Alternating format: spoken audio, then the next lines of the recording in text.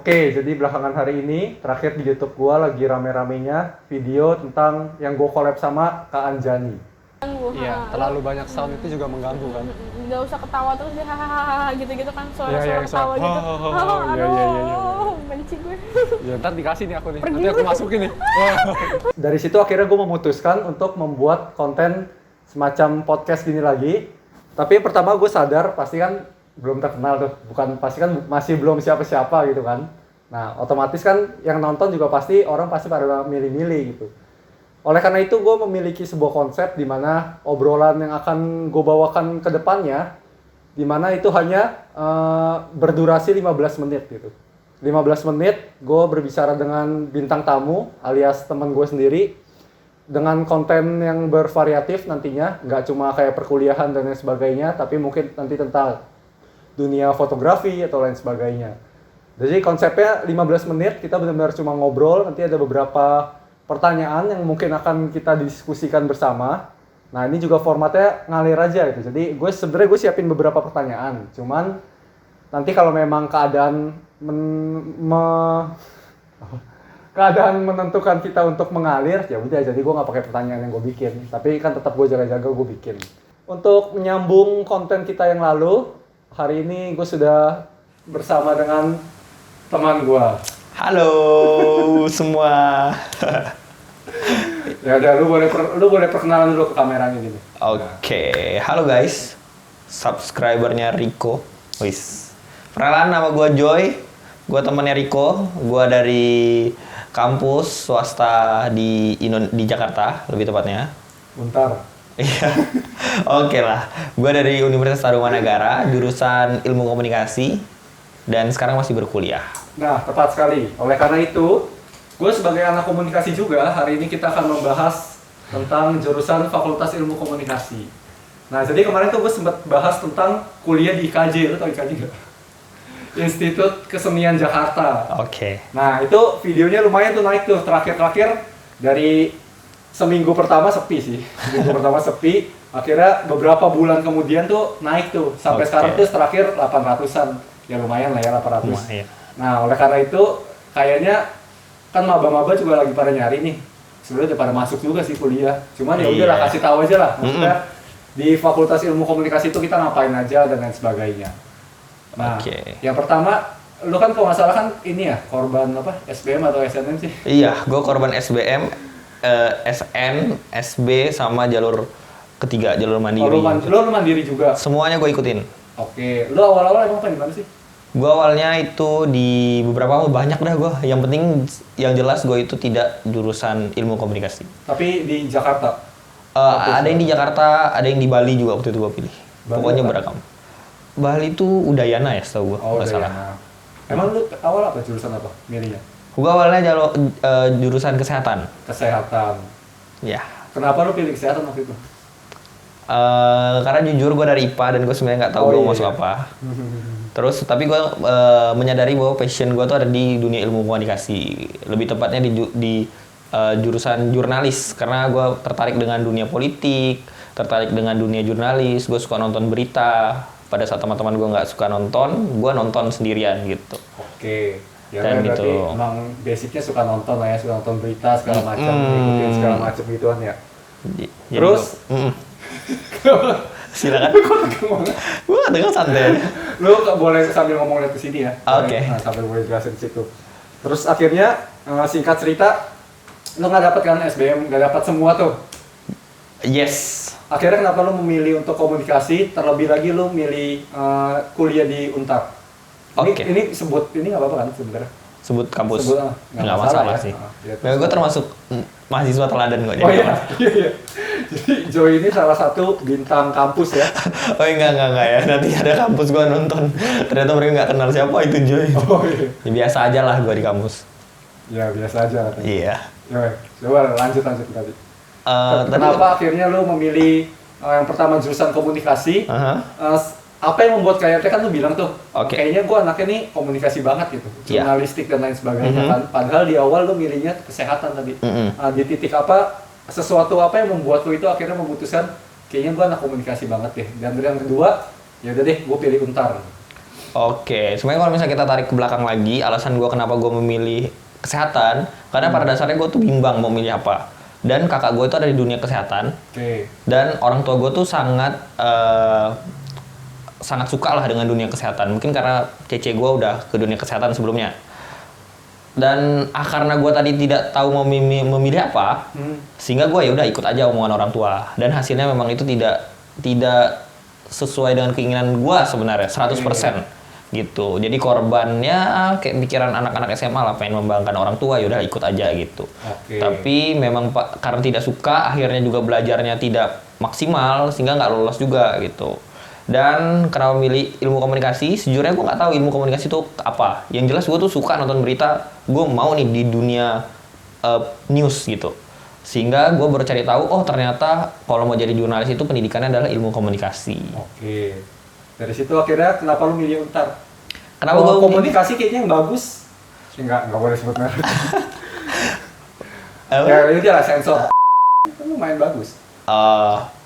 Nah, kenapa gue milih itu banyak sih pertimbangannya. Dari kenapa gue milih Untar, karena pertama itu Untar itu udah lumayan bekerja sama SMA gue. Sehingga ya Untar itu diagung-agungkan lah seperti itu. Dan juga ya menurut gue lumayan terkenal lah, semua orang udah kenal Untar. Jadi gue mikirnya kayak ya udah bagus. Dan pada saat gue masuk juga bagus juga. Terus akhirnya singkat cerita, lu datang ke Jakarta, lu masuk ke Untar. Akhirnya lu mulai berkuliah ya. Ini kita ngomongin udah mulai berkuliah di Fakultas Ilmu Komunikasi. Bentar. Asik nih ngobrolnya, lama nih kayaknya. Ini baru mulai sih, 15 menit dari sekarang sih. 15 menit dari sekarang ya. Setelah akhirnya lu berkuliah, mengikuti setiap mata kuliah yang ada, itu kah yang lu harapkan gitu? Apa lu memang sebenarnya udah tahu, nya nih gue bakal belajar ini, atau ada mata kuliah yang, kok gue Vkom tapi gue belajar ini ya?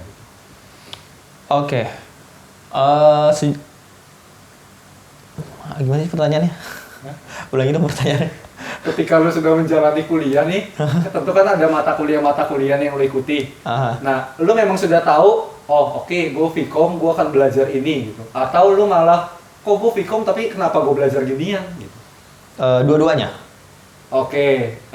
Yang pertama ini dulu. Lu udah tahu bakal belajar apa aja? Lebih tepatnya kayak gini.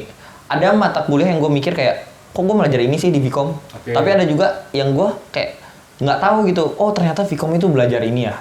Jadi banyak hal yang kalian ini, terutama orang-orang nih, yang bilang kalau Vkom itu ngomong doang, itu enggak. Karena ngomong itu enggak doang.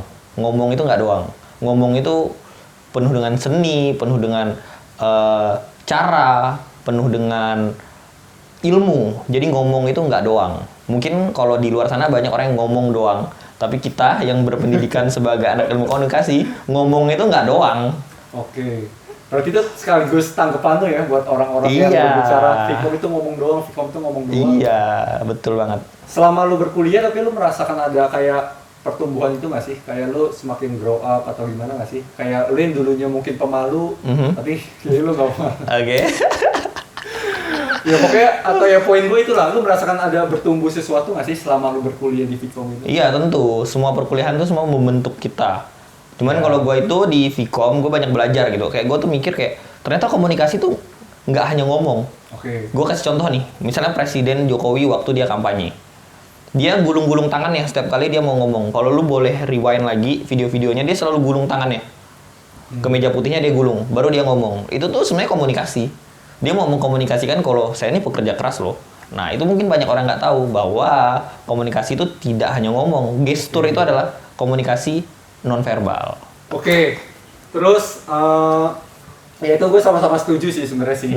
Kalau gue boleh ngomong kan sebenarnya kan gue introvert banget tuh.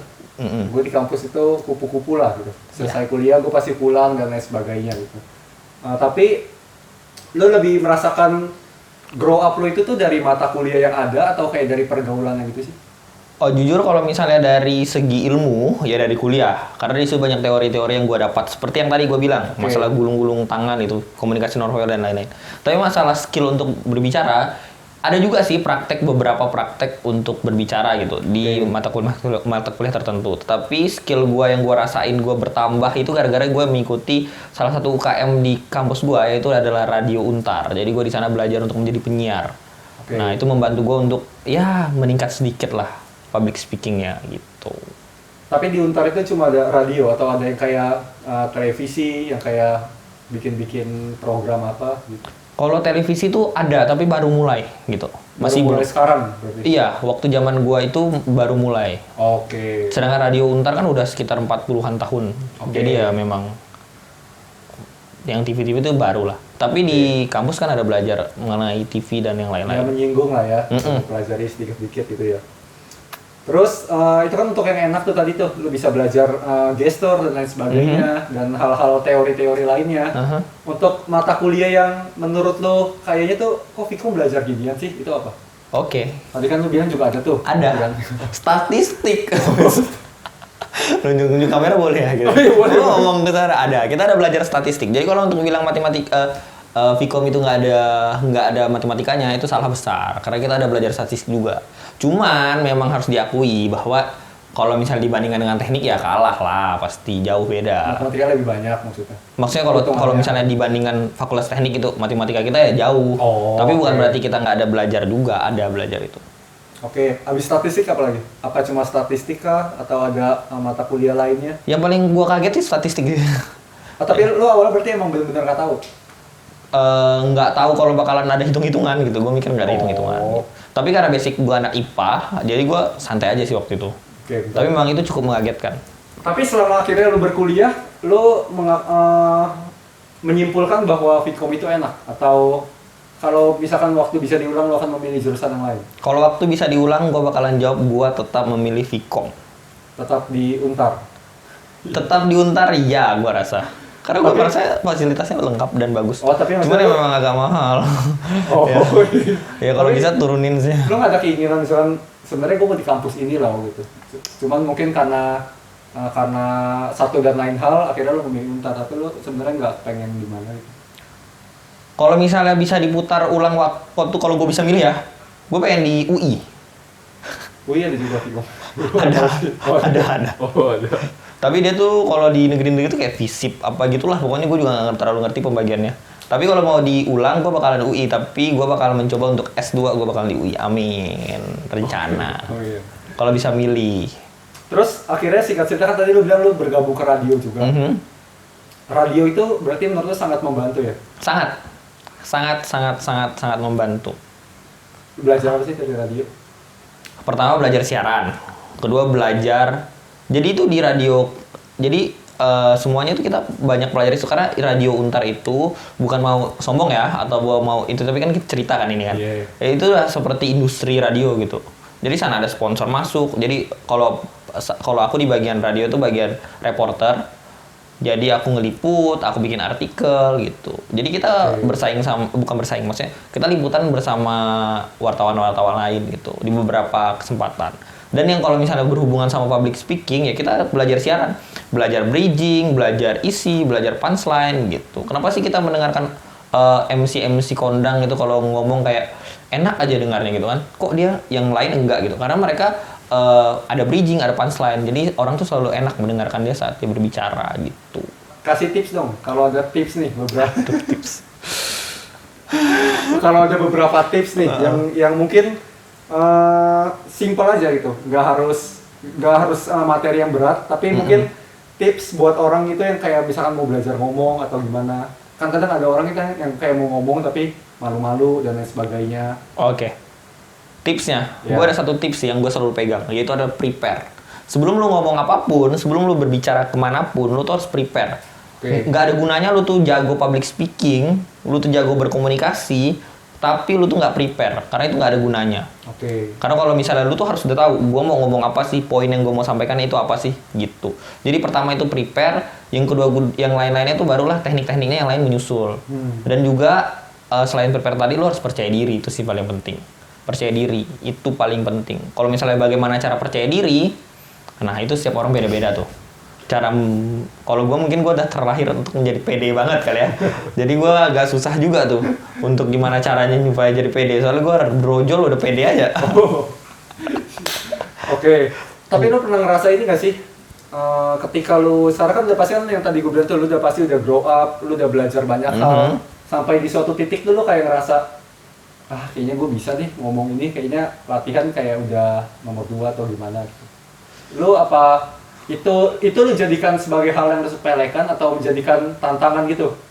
Dalam arti tantangannya itu kayak oke, ini gue ada event, misalkan gue ada event. Nah, gue akan melatih diri gue tanpa gue prepare, jadi gue akan spontan aja, gue akan mengeluarkan kata-kata langsung dari pikiran gue tanpa lu harus persiapkan. Gue pernah nggak nyoba kayak gitu, atau apa lu selalu menjadi orang yang mempersiapkan dan lain sebagainya? Gue selalu mempersiapkan sih, selalu mempersiapkan kalau gue mau ngomong apa terus meskipun hal itu sepele gitu, gue terus tetap prepare apa sih yang event ini apa sih gitu, tujuan dari event ini apa sih, karena itu berbeda. Oke, dia pandai public speaking, tapi dia nggak tahu nih tujuan dari event ini apa. Pada saat dia MC atau dia MC atau dia lagi ngomong, dia nggak bakalan nggak bakalan nyampe gitu pesan yang mau disampaikan. Soalnya dia nggak tahu tuh suasananya nih kita lagi ngomongin apa sih gitu. Oke. Jadi gue nggak pernah sih gitu. Dan kalau misalnya tadi lu nyinggung masalah baik atau nggak baik gitu kan, maksudnya gue tuh merasa gue masih sangat kurang. Soalnya di luar sana masih banyak banget public speaking yang luar biasa. Enggak sih. Ya lumayan lah. Enggak sih. Oke, sekarang kan kita kan ada di satu organisasi yang sama ya. Kan nggak jarang juga tuh menurut gua, nggak tahu ya kalau gua sendiri, terkadang gua juga jadi orang tuh yang kayak tiba-tiba tuh ini ada acara ini nih, kebetulan belum ada MC, belum ada apa, terus kayak oh yaudah ya Riko aja, atau kebetulan Joy aja gitu. Lu pernah nggak? Tapi pasti pernah dong. Pasti pernah. Di organisasi gitu. Ya. Oke, berarti itu tanggapan lo apa tuh? Kalau lu menyikapi hal itu apa? Menyikapi hal itu maksudnya dalam hal apa nih? Maksudnya terlalu terburu-buru, dadakan Ya, atau apa? Atau dari situ lu sebenarnya tuh lu malas, atau yang kayak tadi, misalkan lu dari situ lu dapat pembelajaran apa misalkan gitu? Dari kemendadakan itu. Dari mendadak ya. Itu tidak normal ya sebenarnya mendadak-mendadak gitu ya. Harusnya itu harus dipersiapkan terlebih dahulu.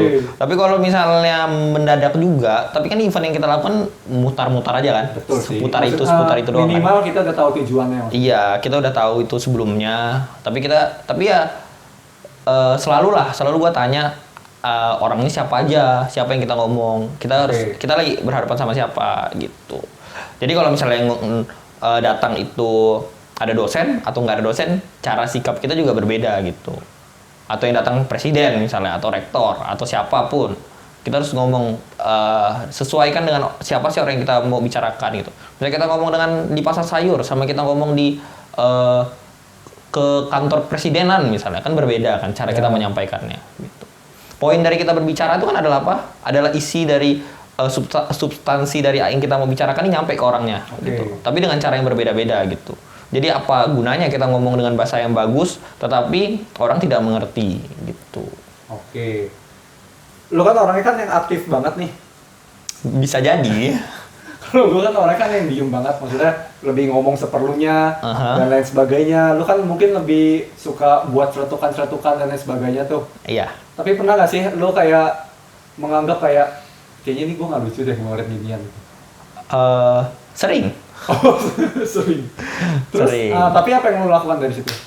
Apakah ketika lo mengeluarkan celetukan tersebut itu lo udah dalam arti lo sudah kayaknya gue udah mengontrol audiens ini sehingga lo memberanikan diri untuk mengeluarkan dalam tanda kutip lelucon dan lain sebagainya? Iya. Apa emang ketika lo MC lo itu suka melucu dan lain sebagainya? Iya sih, sebenarnya tuh kalau misalnya dalam kehidupan sehari-hari ya, sebenarnya tuh kita sebenarnya momennya pas atau enggak gitu. Jangan sampai orang lagi serius nih, terus kita celutukan, habis kita digebukin kita habis itu. Orang bakalan bete, apaan sih ini orang bercanda-bercanda mulu. Tapi kalau misalnya di momen yang tepat, ya itu bakalan jadi lucu sebenarnya. Oke. Gitu sih. Kalau waktu saat MC, tergantung lagi formal atau tidak formal. Pantas nggak kita melucu waktu itu gitu. Karena melucu itu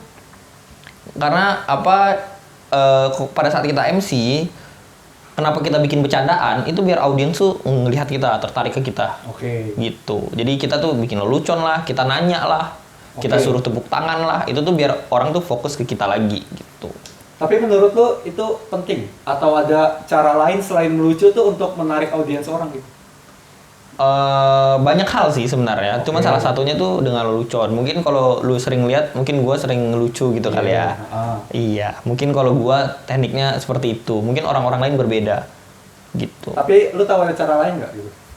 Untuk menarik perhatian orang. Karena kan nggak jarang kan MC yang mungkin ketika orang jadi MC, audiens itu kan kayak ini orang apaan banget sih gitu, misalnya acara yang ngebosenin dan lain sebagainya. Kan itu pasti ada aja gitu kan.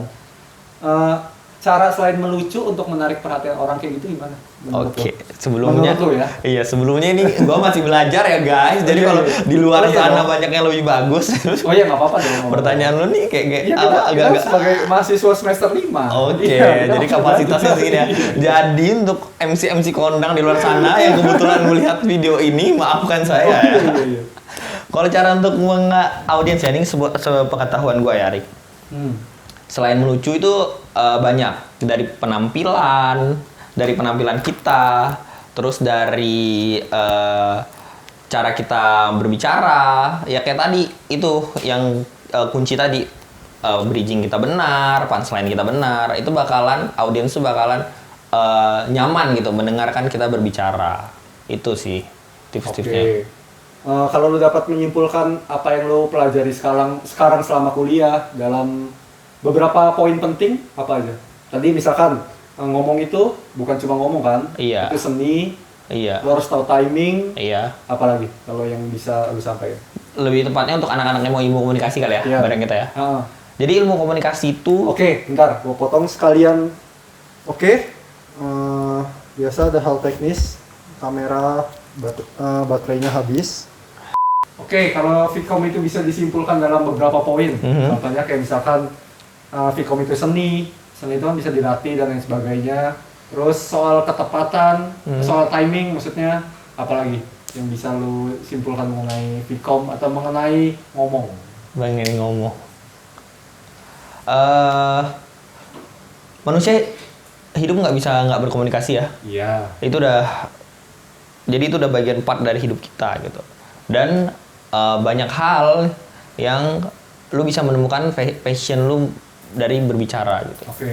Jadi menurut gua sih ya ngomong itu yang tadi gua bilang nggak doang. Ngomong itu bukan ngomong doang, tapi ngomong ya banyak hal yang lu bisa pelajari dan lu bisa berkarya lewat situ. Ya kalau gua jujur kalau ditanya cita-cita gua yang menjadi jurnalis gitu, menjadi seorang reporter. Nah itu apa tujuan dari gua. Kalau gua ya gitu sih. Agak susah pertanyaan lu Rik ya. Oke, terakhir pesan untuk maba-maba yang mau masuk ke jurusan ilmu komunikasi. Pesan untuk maba yang mau jurusan komunikasi, jangan pernah hiraukan orang tentang meremehkan atau mengunderestimate Vcom, meskipun itu mungkin banyak ya. Tapi percayalah, gue merasa kayak sekarang nih dunianya kita nih. Oh iya, lagi pandemi, lagi di rumah. Semua orang mau bikin konten creator lah, mau jadi apa itu kan dunia kita kan, Rik. Dan ingat juga, komunikasi itu tidak hanya di depan layar. Bahkan orang-orang di belakang layar itu adalah belajar tentang komunikasi juga. Salah satunya lu kan? Lu banyak mempelajari hal yang di belakang layar kan? Enggak juga ya? Oh, enggak juga.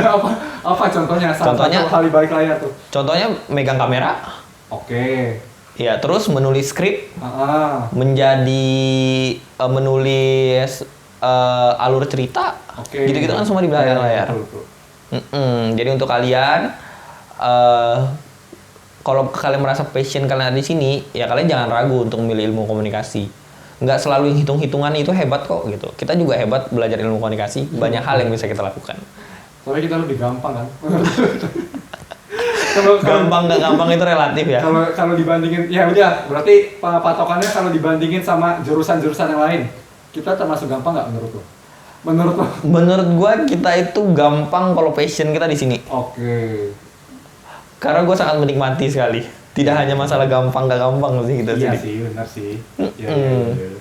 Karena banyak juga misalnya kedokteran nih, passion lu memang di kedokteran. Ya tapi memang susah kan? Nggak Iya, pernah orang bilang kedokteran itu gampang. Oke. Ya kalau kita ya udah passion kita di sini ya asik aja, enjoy. Kayak gini kan kita menyalurkan dari pelajaran kita langsung praktek di sini kan? Iya. Kita langsung bisa langsung Nggak praktek. ada skrip lagi. Nggak ada skrip lagi, luar biasa. Ini Rico, ini luar biasa guys. Kalian harus subscribe. Ya udah itu aja sih yang mau gua perbicarakan malam hari ini. Ini ternyata sudah 25 menit. Nggak tahu sih kalau nanti abis di-cut karena ada drama kamera mati juga. Lu sibuk apa sih sekarang berarti? Gua sibuk. Pura-pura nggak tahu sih. Oh itu boleh. Karena kita tinggal serumah. Gua lagi mencari magang. Oh, mencari magang. Ya melanjutkan studi lah ya. Lu juga bikin TikTok kan? Oke, kalau gitu di sensor aja tit ya. Oh iya, lu Iya. berarti ada yang mau lu promosiin nggak? Ada yang mau lu ini nggak taruh di ini gua? Lu kan punya channel kan? Yang Oh, iya. ngomongin Korea itu apa? Oke, stop itu jangan. Ya udah, untuk kalian semua follow aja Instagram gua kali ya. Ya, boleh, Di joyjones16, joyjones16. Mantap. Dan jangan lupa juga follow suka memotret Itu tadi apa? Instagram? Instagram. Lain? Oh jangan, jangan. Itu privasi Rico. Ya udah oke. Terima kasih teman-teman semua yang sudah menonton sampai di sini ya. Sekali lagi, pembicaraan kita itu hanya berdasarkan dari apa yang kita pelajari, dari apa yang kita ketahui. Jadi jangan percaya 100% juga dengan perkataan kita karena bisa saja perkataan kita itu ternyata salah. Betul.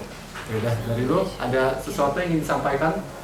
Nggak ada sih Rico. Apa teman lu lagi di mana? Lu mau ngomong apa? Nggak ada sih Rico. Ya udah, lu yang tutup deh channel gua.